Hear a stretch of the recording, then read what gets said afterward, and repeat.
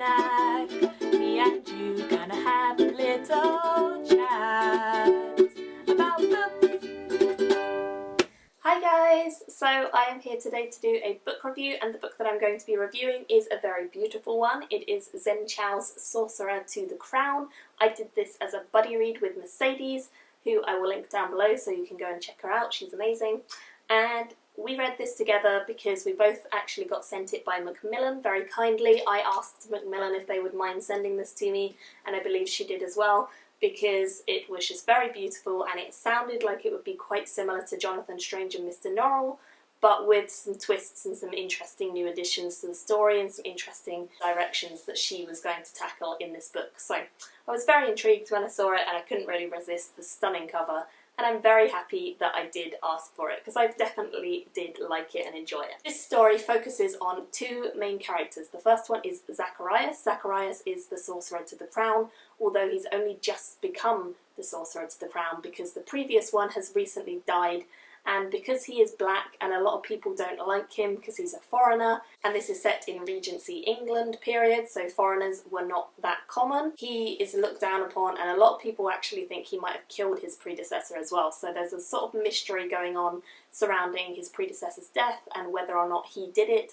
But he is, for now, the Sorcerer to the Crown, which means that he is in charge of all of the magic in England, and he kind of has final say over the proceedings and the negotiations with the Fae, the fairies in this world, who basically control all the magic for England. And in the last few years, England's magic has been rapidly declining. The amount of magic that England gets compared to other countries around the world at the time is just so much smaller than it used to be, and so wizards and sorcerers and magicians and witches are all having issues trying to cast big spells or anything like that. They just don't have the magic capacity to do so. That's Zacharias' story, and we're following him as he tries to kind of uncover what's going on. Along the way, he meets another character. The other character is called Prunella. Prunella is a young lady who has grown up as part of a gentle witch school, and basically gentle witches are people who are female and they have magical ability, and because they're female, they're basically trying to stamp out the magic in them by teaching them all of these horrible spells and curses that will get rid of their magic and put it back into the ether. And she grew up in this school because she was adopted by the lady who started it, and so she has always sort of thought that her magic was not good. She's always believed that she shouldn't do magic and that females doing magic is dangerous for them. It's definitely a stereotype that Zen Cho tackles a lot in this book. With all that said, I think that this definitely does have similar ideas to Jonathan Strange in that the English magic is declining, but we have these gentlemen and these ladies sort of, you know, all meeting up with each other and all being very prim and proper. It's very similar in that way. The writing style is not as good as Susanna Clarke's. I haven't read all of Jonathan Strange and Mr. Norrell. I've only read the first 200-ish pages because I had to put it down to read some other stuff, but I was really enjoying what I'd read. It is a very slow book though, whereas this one is a lot faster paced. It is not as long as Jonathan Strange and Mr. Norrell at all, and I think it only took maybe 2-3 days to get through this, so it really was not a difficult read.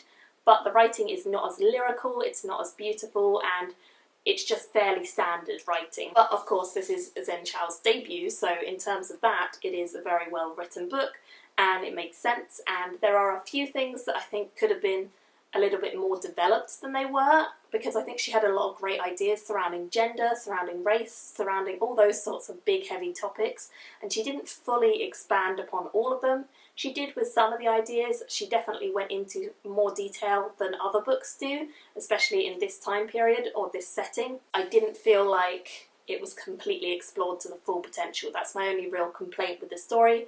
Also, I was led to believe that there were going to be a lot of magical moments within this, and although there is magic, it's definitely not the focus. It seems to be more focused on the two main characters and their storylines and how they fit into the whole overall idea of English magic and what English people expected in this time and day and age of magicians and gentle witches and so on. I also really liked seeing their relationship. I liked it when we did get a chance to see some magic, but equally I think it's way more focused on the characters and their relationship and who they are and sort of becoming who they need to be in order to save English magic. I think this is a well-written book. I did enjoy it. I definitely am glad that I own it and that I read it, and I had a great time talking to Mercedes about it. We had some really cool discussions and some really interesting ideas surrounding how it finishes up and how the middle chunk goes. I would say this probably starts out quite slow, but then it builds quite quickly as well. The beginning and the end are decent pace, they're quite interesting. The ending is definitely a little bit rushed in my opinion, but it's got a lot going on all at once. So it is a good book, I did really enjoy it, and I ended up giving it a 3.5 out of 5 stars. I definitely liked it, I definitely connected with some of the characters, and I definitely was intrigued about the story and wanting to know where it was going. I know that Mercedes didn't like it quite as much as I did, but we still really enjoyed discussing it, so thank you very much to Macmillan for sending this to me, and I'm very excited to look out and see what Zen Cho creates in the future, because if this is her first book, then it promises that there will be better stuff in the future. So can't wait to see what else she produces. I would love to hear your thoughts. If you guys have read this, then definitely leave them down below and tell me, did you like it, did you not? How do you think it compares to Jonathan Strange and Mr. Norrell, because that's one of the books it's been massively compared to. And I will see you all again soon in my next video. Bye! Me and you gonna have a little chat.